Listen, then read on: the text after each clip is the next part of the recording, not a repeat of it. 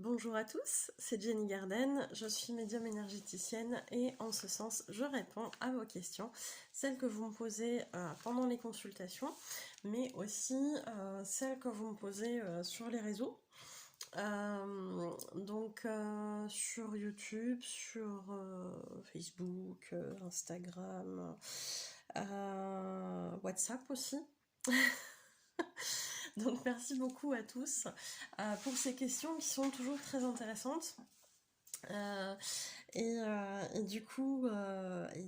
me permettent derrière de faire des vidéos, parce que si vous vous posez une question, peut-être qu'il y en a d'autres aussi qui se posent les mêmes questions, donc autant en faire profiter les personnes et puis faire vivre aussi la chaîne un petit peu. Alors, la question du jour, c'est une question flamme jumelle, et c'est comment ça se passe du côté des runners au niveau énergétique quand le chaser a une tierce. Alors, effectivement, c'est pas toujours évident pour un chaser d'avoir une tierce. Pendant longtemps sur le parcours, il va être très très seul, le chaser. C'est d'ailleurs une discussion que j'ai eue avec quelqu'un en séance hier ou avant-hier, je sais plus. Je lui disais que, bah oui, le chaser, pendant un temps, doit effectivement être très seul. Pas pour enquiquiner le monde, mais tout simplement parce qu'il a une blessure d'abandon qui est très développée et qui doit justement aussi apprendre à guérir, et ça va passer par la solitude, effectivement, le fait de se sentir vraiment seul, le fait de pouvoir compter finalement que sur soi-même, etc. Tout ça, ça fait partie de la guérison de la blessure d'abandon. Pendant très longtemps aussi, le chaser il va être célibataire parce que au niveau de l'énergie, il doit se nettoyer entre guillemets, et ça normalement effectivement avant une réunion, etc.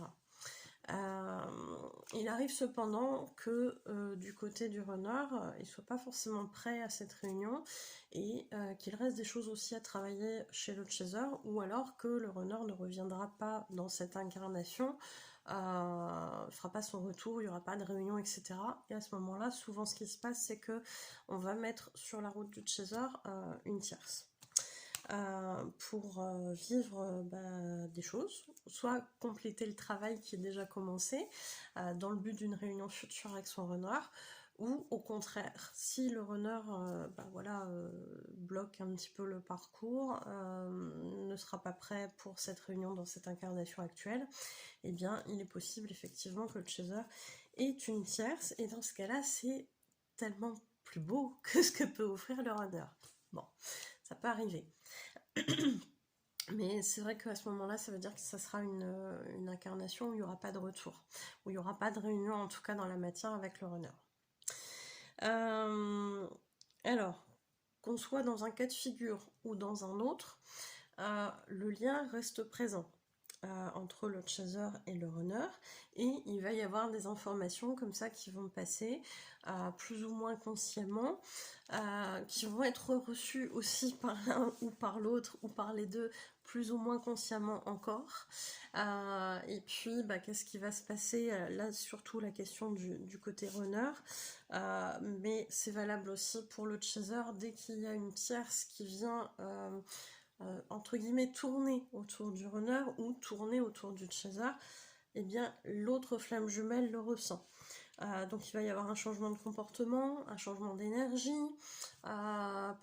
changement de comportement pour peu qu'il y ait du contact entre les deux, ce qui n'est pas toujours le cas, mais en tout cas au niveau de l'énergie, la flamme jumelle va ressentir que son autre effectivement n'est plus autant attaché au lien, ou en tout cas il y a une forme de détachement.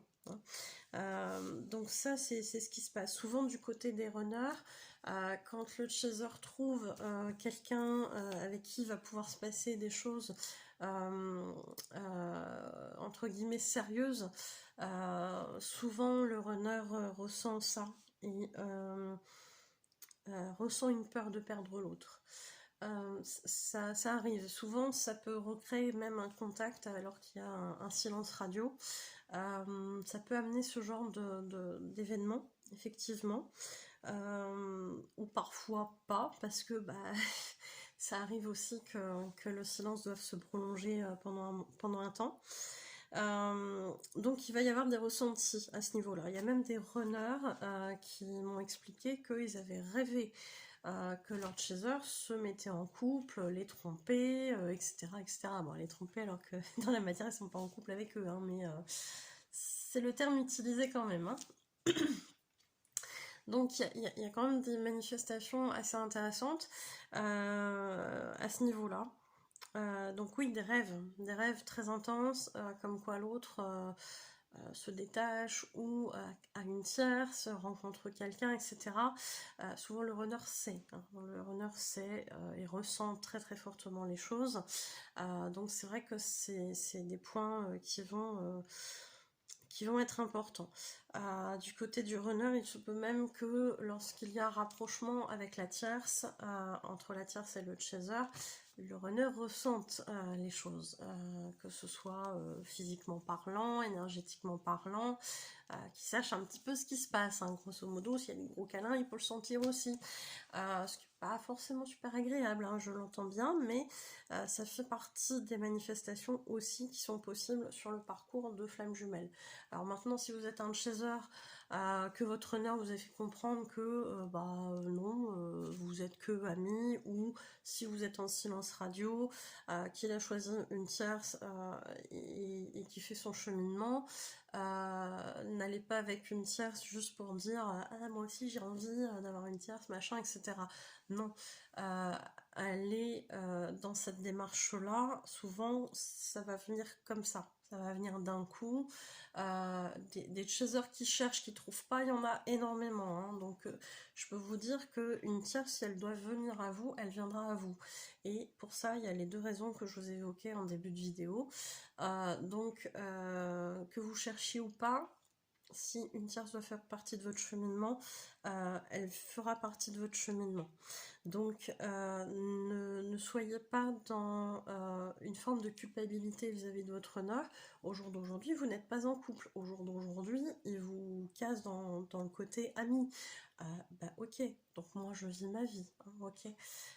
Et vous en avez pleinement le droit.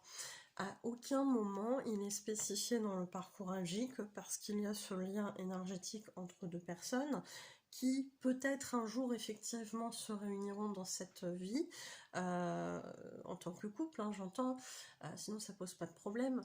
À aucun moment il est dit mais le chaser il doit se sacrifier toute sa vie, attendre son runner qui veuille bien se rendre compte. On sait que ça peut prendre du temps chez les runners. De l'importance du chaser pour eux, etc. Ou des fameux sentiments qu'ils avaient occultés pendant X temps. À aucun moment il est dit que le chaser doit se sacrifier.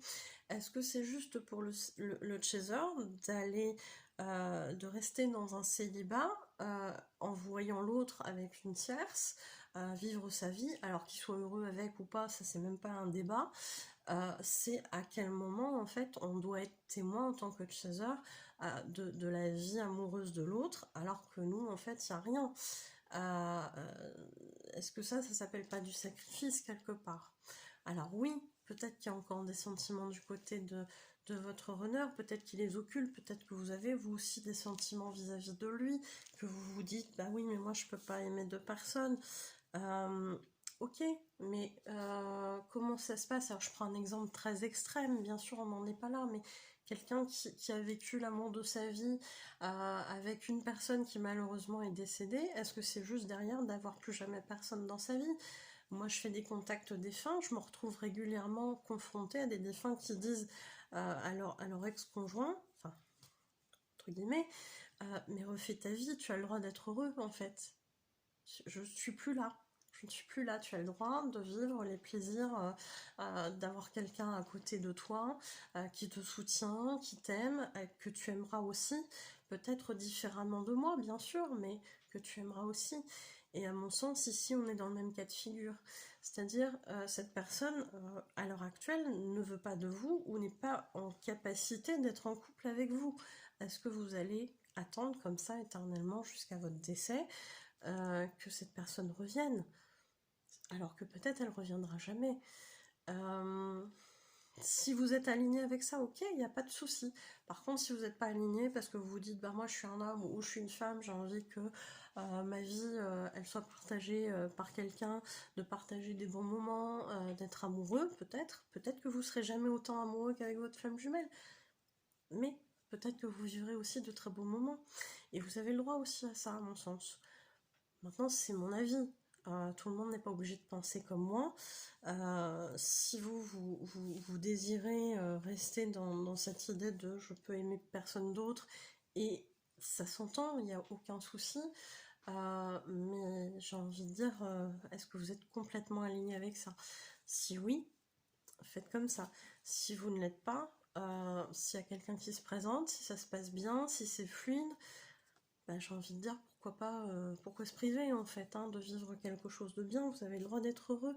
Et quand on dit que le chaser il doit vivre pleinement sa vie, c'est être heureux dans tous les domaines de sa vie aussi, y compris le domaine amoureux.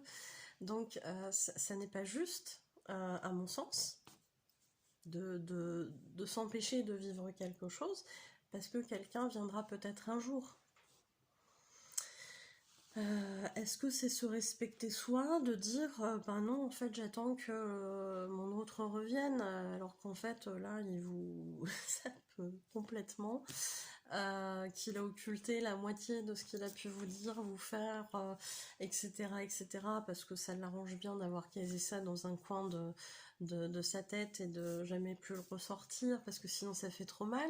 Est-ce que c'est juste d'être témoin de cette histoire avec la tierce, alors qu'en fait vous vivez rien à côté? C'est très personnel. Si vous répondez oui, c'est juste, bah, continuez comme ça, si ça vous rend pas malheureux. Si au contraire, vous êtes dans une démarche de bah, j'ai envie de vivre quelque chose, j'ai envie de continuer ma vie, et puis bah, si un jour il revient, on verra à ce moment-là, peut-être que je serai plus dispo. Ça sera juste aussi, certainement, par rapport à ce que vous avez envie de vivre.